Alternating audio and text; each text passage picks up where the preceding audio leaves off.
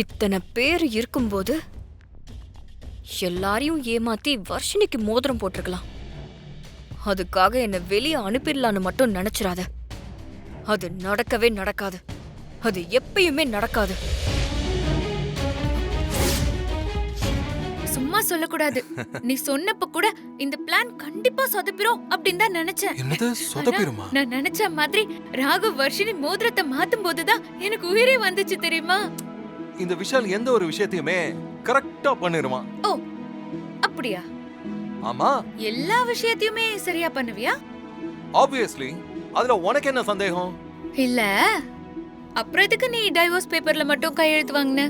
இசை, என்ன பேசிட்டு இருக்க இசை?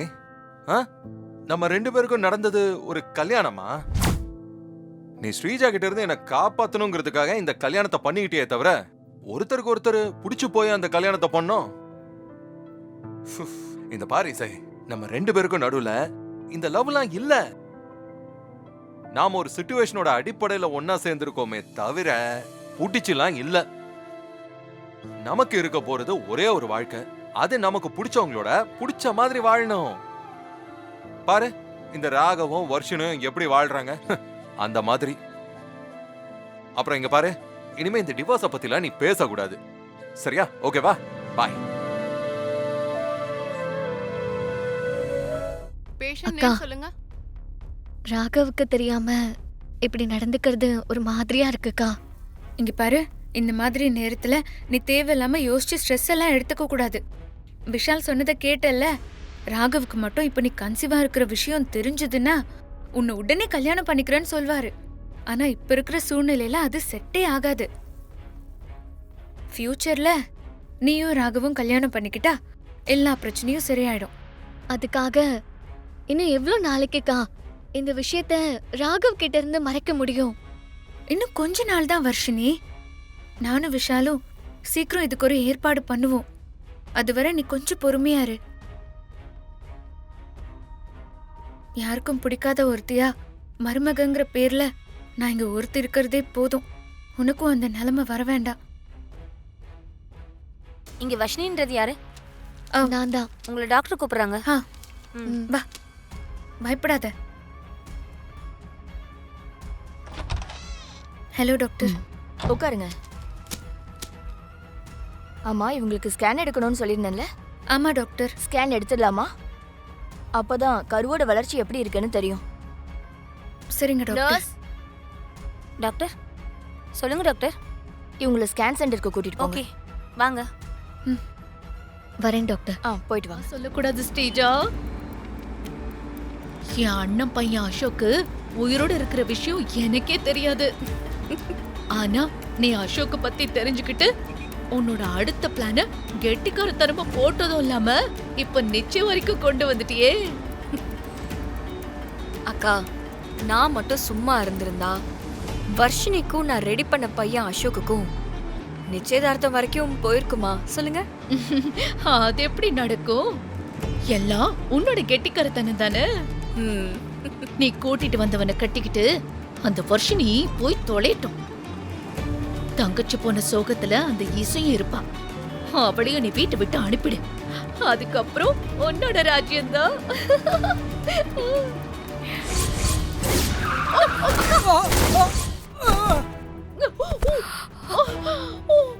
கடவுளே, ஐயோ, யார் அவன்? என்ன இப்படி ஆயிடுச்சு? ஏய், என்ன குவர்பா பாப்பா. ஐயோ ஸ்ரீஜா. ஐயோ ஐயோ என்னாச்சு? அண்ணே, என்னாச்சுனே?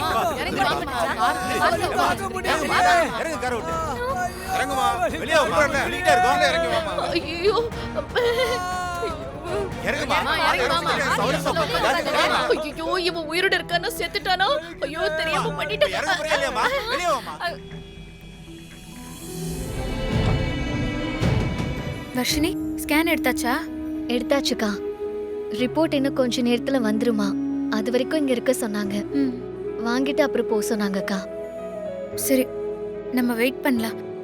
உனக்கு குடிக்க ஏதாவது வாங்கிட்டு வரட்டுமா? எனக்கு எதுவும் வேண்டாம்க்கா. ஒன்னும் பிரச்சனை இல்லைல்ல? சரி வா, உட்கார்.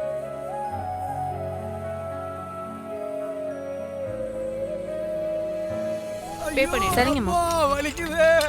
ஐயோ கத்தாதியா, எதுக்கு எப்படி கத்துற? எனக்கு தான் ஓ, வலி வந்துச்சு. சரி சரி இரு. என்னாச்சு? அது வந்து வர வழியில இவருக்கு ஏதோ அடிபட்டிருக்குன்னு நினைக்கிறேன். ஏதோ கால்ல அடிபட்டிருக்கு போல இருக்கு. டாக்டர் கிட்ட காட்டி ஃபர்ஸ்ட் எய்ட் பண்ணனும். அதான் அது டாக்டர் பார்த்துட்டு சொல்லுவாங்க. சிஸ்டர், இரியா. சொல்லுங்க. ஆக்சிடென்ட் கேஸ் போல. டாக்டர் கிட்ட ஆக்சிடென்ட் கேஸ் எல்லாம் இல்ல. கார் முன்னாடி தூரமா அப்படி விழுந்துட்டாரு. அதான் ஏதோ ஒண்ணுமா. சீக்கிரம் டாக்டர் கிட்ட கூட்டிட்டு போங்க. ஆனா சீக்கிரம் வாங்க, டாக்டர் கிட்ட கூட்டிட்டு போலாம். அப்போ கடவுளே, நான் ஏதோ மேனேஜ் பண்ணிட்டேன். இங்க இருந்தா நம்மள ரொம்ப கேள்வி கேட்பாங்கன்னு நினைக்கிறேன். வா வாங்க போய் உட்காந்துக்கலாம் வா. ம்.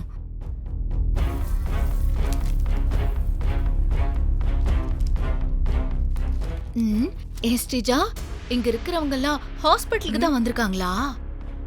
எதுக்கு கேக்குறீங்க? இல்ல, எங்க ஊர்ல திருவிழால மட்டும்தான் இவ்ளோ கூட்டத்தை பார்க்க முடியும். இங்க வந்தா இத்தனை பேரும் நோயோட இருக்காங்க. இங்க இருக்கிற கூட்டத்தை பாரு. இவங்கெல்லாம் பார்த்துட்டு நம்ம எப்ப கிளம்பி போறது?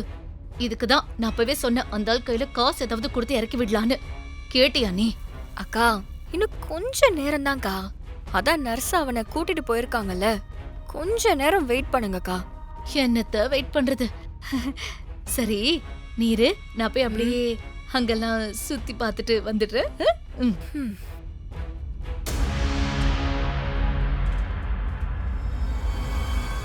யாருக்கா அது புதுசா வராங்க? ஆ, இது ஒரு கேரக்டர். பொழுதுபோக்குக்கு ஏதாவது பேசிட்டு இருக்கோம். அது பொண்ணுக்கு கல்யாணம் முடிச்சிருக்கு போல இருக்கு. அதான் வந்து பணம் வாங்கிட்டு போக வந்திருக்கோம். வா பங்கஜம். வணக்கம்மா. வாமா வானதி. என்ன நீ கொஞ்ச நாளா வேலைக்கு வரலன்னு பார்த்தா வானதிக்கு கல்யாணத்தை பண்ணி கூட்டிட்டு வர?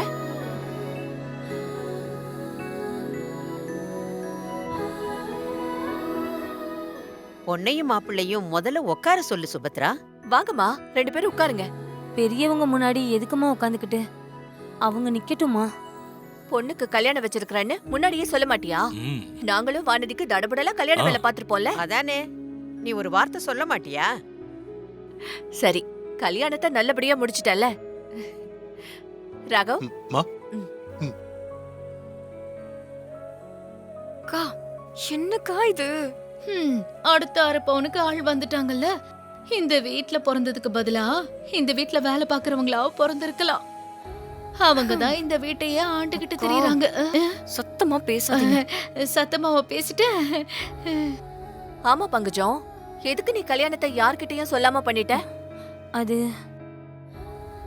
என்ன பங்கஜம், ஏன் முகமெல்லாம் வாடி இருக்கு? ஊரை கூட்டி கல்யாணம் பண்ணணும்னு எனக்கும் ஆசைதாம்மா. பிள்ளைங்க 2 பேரும் ஒருத்தர் விரும்பி அதுங்க அப்படியே நெருக்கமாயிருச்சுங்க.